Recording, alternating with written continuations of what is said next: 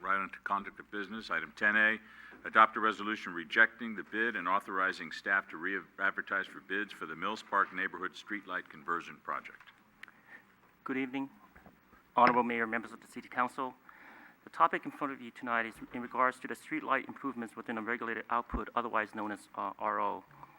Before I go into detail about the project, I'd like to mention that the city recognizes an interest and urgency from the residents in the neighborhood to get the streetlights up and running again. And we haven't stopped working on this project since the outage.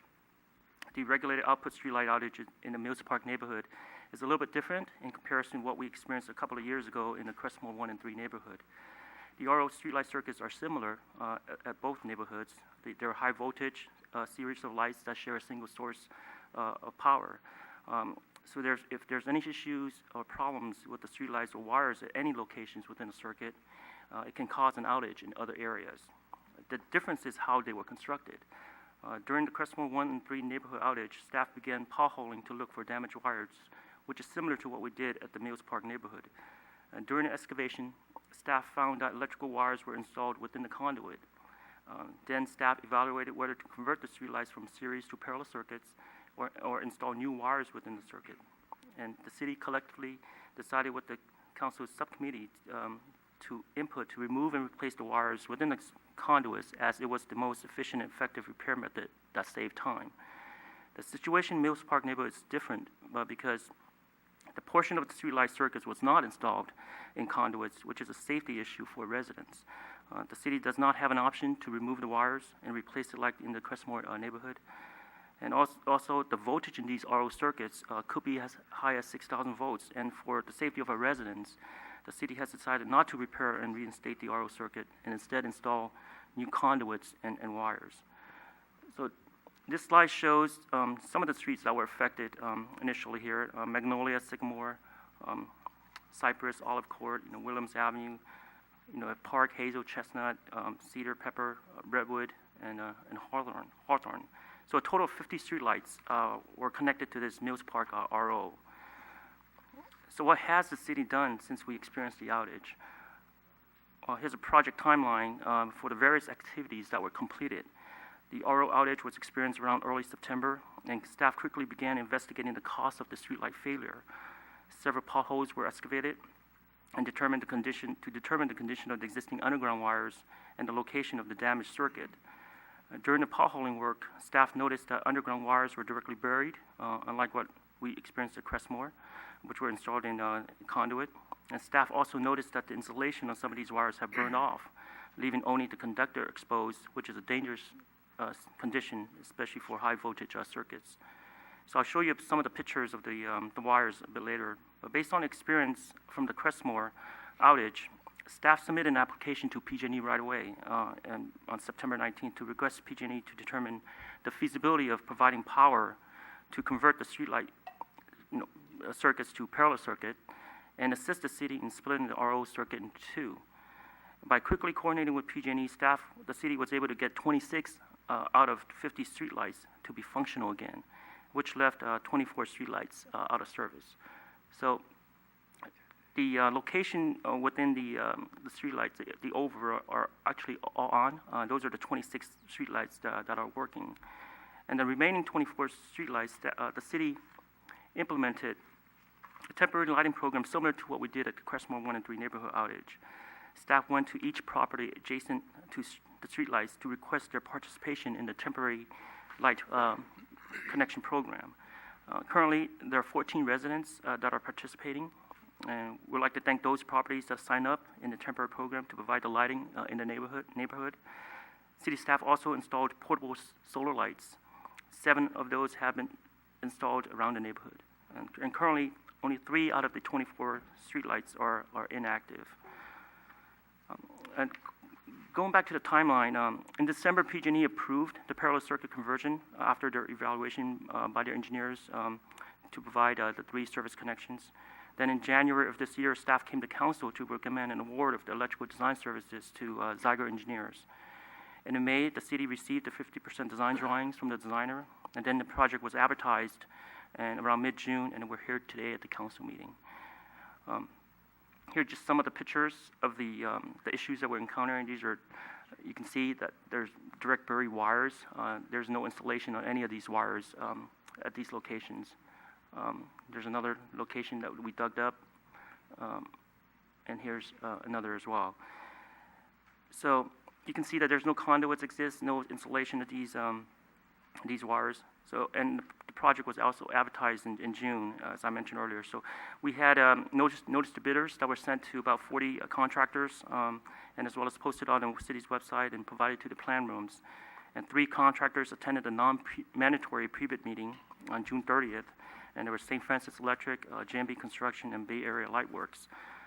A total of 1 bid was received and opened on July 12th from Tennyson Electric in the amount of close to $1.6 million.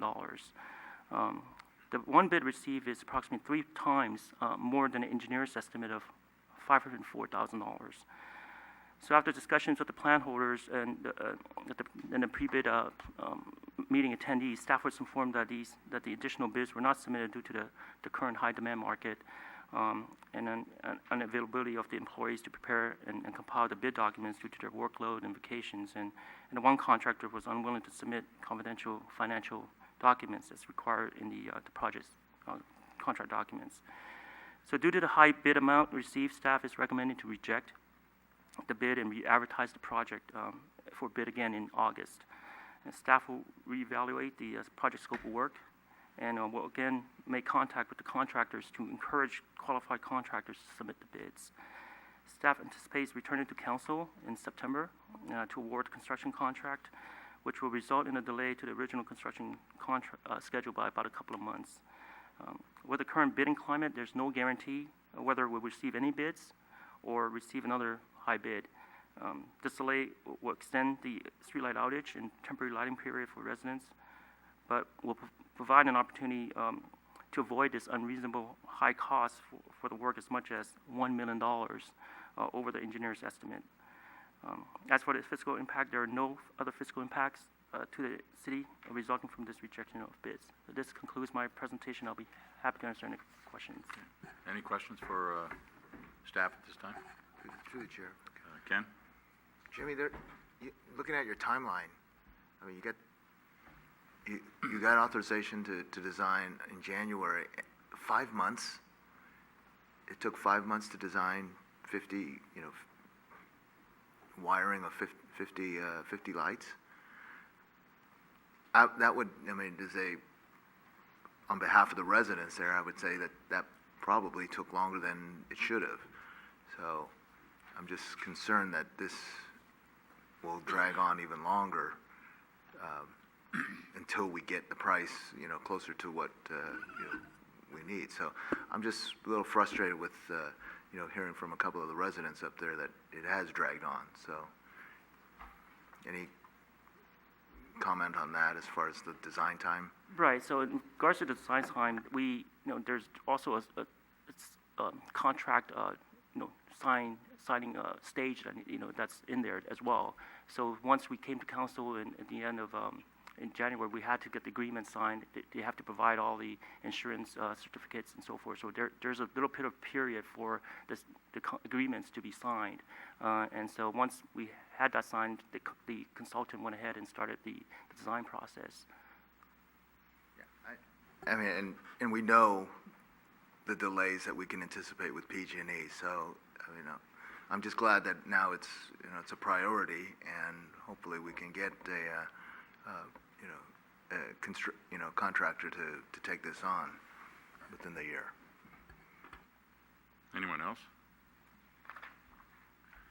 I have a question to city manager and maybe the city attorney. I know we did an emergency situation here for the senior center because we have to get this up and running. We avoided the bidding process, and is there a way to do it here and just get somebody on a time materials basis so you know exactly what it costs?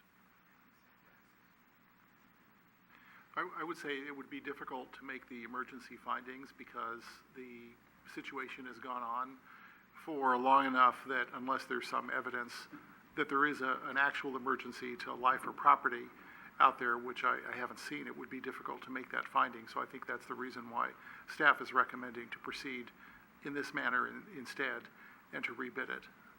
Okay. Thank you. Rico? Thank you. So I know you were wanting to go back out in August. Do you know around when in August? Right now, it's the end of July, so hopefully by early August is what we're looking at. So early August, then Yes. come back to council in September. September, correct. You're not believing it'll be the first council meeting, but the second? Probably the second council meeting, correct. Okay.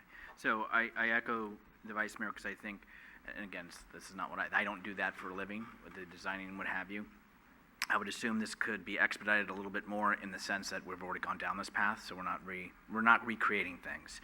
But I think it is, Ken is correct too, hearing something, it's like, I don't understand the process and why it takes so long. And I think somehow maybe we need to find a mechanism and a method in which to communicate. As the vice mayor said, PG&E, you're on a timeline, you can tell them that you want to be moved up, but that's not how it works. And I accept that and understand that, don't like it. But I think in the other aspect, it would be good for us to communicate the process and why the design, for example, for 5 months is something hard for people to understand. Okay. Anyone else? Marty?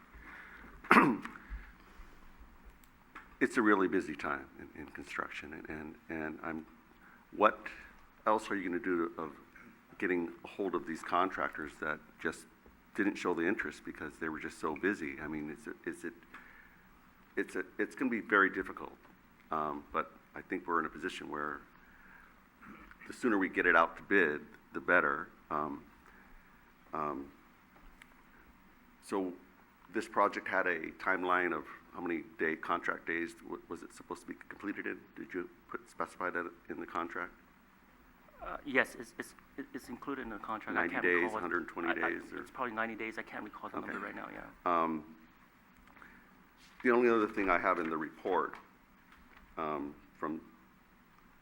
the 11 of the 24 of the poles the foundations need to be replaced. I'm concerned that this is only where we're looking, and where else do we need to replace the foundations and poles? Are we having somebody inspect these from staff, not waiting for the lights to go out, but how do we know of other locations where maybe they need to be replaced? What was the basis of determining that they needed to be replaced? It was a staff assessment in regards to there are a lot of steel posts, the street light poles Right. that are in there that are deteriorating. Right. And with that, the city is planning to convert those to aluminum poles. And sometimes the foundation of those does not match, and that needs to be replaced. All right, so that answers my concern that we have other steel poles around town that maybe we should be looking at to make sure, like, if they're in that same condition, that, we shouldn't wait for the poles to be out of, an RO to burn out before we go out and look at the poles. I totally understand that, and there is a program in the CIP to Okay. replace the poles, Okay. streetlight poles, and it's been budgeted. All right, thank you. Okay. Anyone else? Someone like to introduce the resolution? I'll introduce a resolution. Vice Mayor Ibarra, Aye. Councilmember Marty Medina, Aye. Councilmember Rico Medina, Aye. Councilmember O'Connell, Aye. Mayor Ruane. Aye.